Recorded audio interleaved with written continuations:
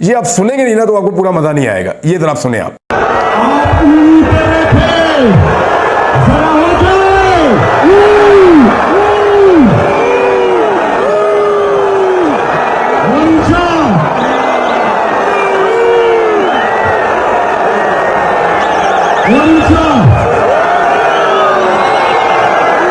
अस्सलाम वालेकुम, मैं जमील फारूकी हूं। आप मेरा ऑफिशियल यूट्यूब चैनल देखें। आज फरवरी 2025 की 9 तारीख है, इतवार का दिन है जिस वक्त वीडियो रिकॉर्ड हो रही है।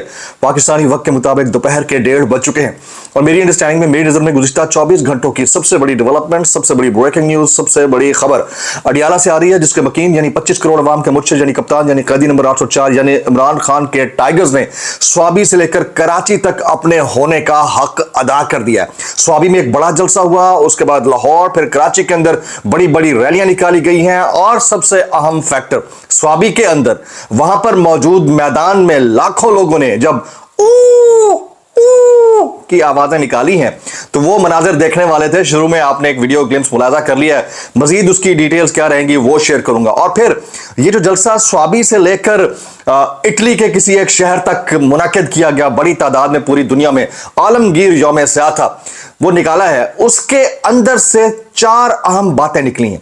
वो 4 अहम बातें क्या हैं, उसका पाकिस्तान तहरीक इंसाफ के ऊपर कितना बड़ा इंपैक्ट पड़ा, पाकिस्तान तहरीक इंसाफ ने इस मैंडेट चोरी करके इक्तदार में आने वाली जाली सरकार के ऊपर कितना बड़ा इंपैक्ट डाला है, उसकी डिटेल्स क्या रहेंगी वो भी शेयर करूंगा।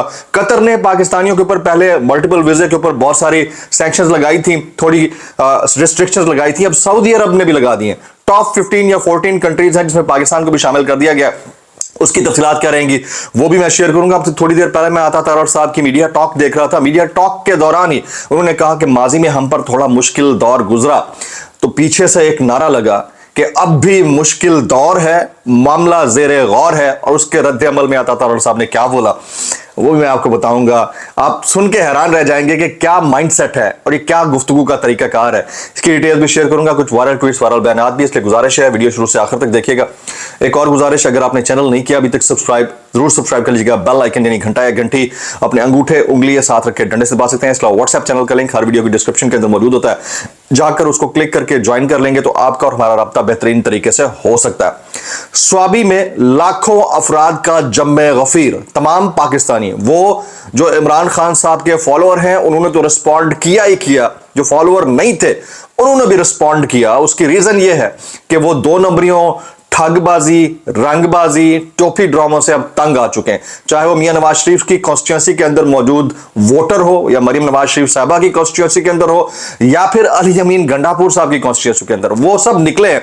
उनका सिर्फ एक ही मोटिव है कि मुल्क के जो हालात बन चुके हैं इन हालात से अब बाहर निकलना है। अब इतना बड़ा पिंडाल, लाखों का मजमा, फैसल जावेद खान स्टेज पर मौजूद, और वो उनसे रिक्वेस्ट करते हैं कि आप सब शिकायत करें क्योंकि हमें इसके अलावा कोई हमारे पास चारा नहीं है। तो सबने की आवाजें निकाली। वो आपने शुरू में मुलाजा कर लिया वीडियो, वो इतना वायरल हुआ है ये क्लिप, आपकी सोच है। मामला यहीं पर नहीं रुकता, कैदी नंबर 804 के भी बहुत जोरदार नारे लगे हैं। और कैदी नंबर ना वो बागी ना गद्दार, कैदी नंबर 804 के नारे सिर्फ वहां नहीं लगते रहे जहां मैचेस हो रहे हैं, वहां भी लगते रहे। बाद वाली कोई वीडियो होगी, व्लॉग होगा तो उसके अंदर मैं वो आपके साथ शेयर करूंगा। लेकिन इस ओवरऑल जो सिनेरियो ने जो कल डेवलप हुआ 12 घंटे के अंदर, वो स्वाबी से लेकर खैबर, खैबर से लेकर कराची, कराची से लेकर इटली, इटली से लेकर बार्सिलोना और पता नहीं कहां कहां तक फैल गया, उसने 4 पॉइंटर्स को वाजे कर दिया।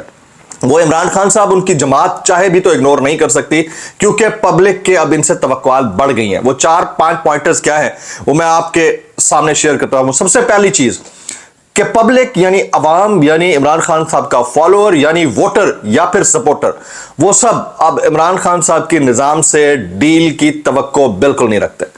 वो चाहते हैं कि खान साहब किसी किस्म की भी डील सेशन का हिस्सा ना बने, किसी किस्म के डील प्रोग्राम का हिस्सा ना बने, नंबर 1। नंबर 2, वो चाहते हैं कि जो 26 नवंबर को हुआ अवाम पाकिस्तान के साथ, केपीके से निकले हुए, लाहौर से, जनूबी पंजाब से निकले हुए लोगों के साथ, ये जो गुस्सा है ये गुस्सा नहीं कम होने को आ रहा। लोग अब भी ये डिस्कस कर रहे हैं। ये डिस्कोर्स एरोप्लेन की किसी फ्लाइट के अंदर बैठे 2 अशखास 3 अशखास के दरमियान भी यही है, और फिर चाय ढाबे की महफिल में बैठे हुए 4-6 दोस्तों के दरमियान भी यही है, टैक्सी वाले के साथ बैठे तो भी यही है, उबर क्रीम के ऊपर बैठे तो भी यही है, और अगर अपनी गाड़ी में बैठे तो आपका ड्राइवर भी यही सवाल करता है, आपका खानसामा यही सवाल करता है, और आपके दोस्त अहबाब, आपके रिश्तेदार ये सवाल करते हैं। तो 26 नवंबर का गुस्सा ये अवाम अब भूलने की पोजीशन में नहीं है और ना ही भूलने देगी खान साहब को। अच्छा, अब इसमें नई लीडरशिप जो इमर्ज हो रही है उससे भी तवक्कुआत बहुत ज्यादा है।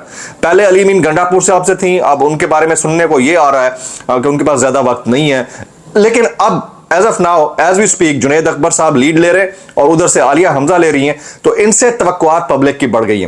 वो ये चाहते हैं कि अवाम की जो सोच है उसकी अक्कासी करें इनके एक्शंस, और जो अवाम चाहती है ये वो करके दिखाएं।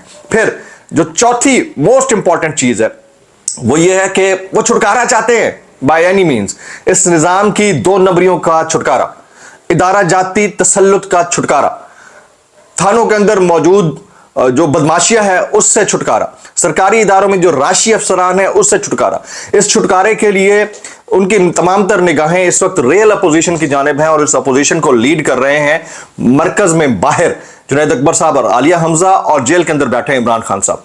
और अब अगर ये सरफ नजर करना भी चाहे जानबूझकर, तो इस तमाम अमल से सरफ नजर नहीं हो सकता, और इमरान खान साहब इस सारी जो जंग है उसके अंदर उनके मेन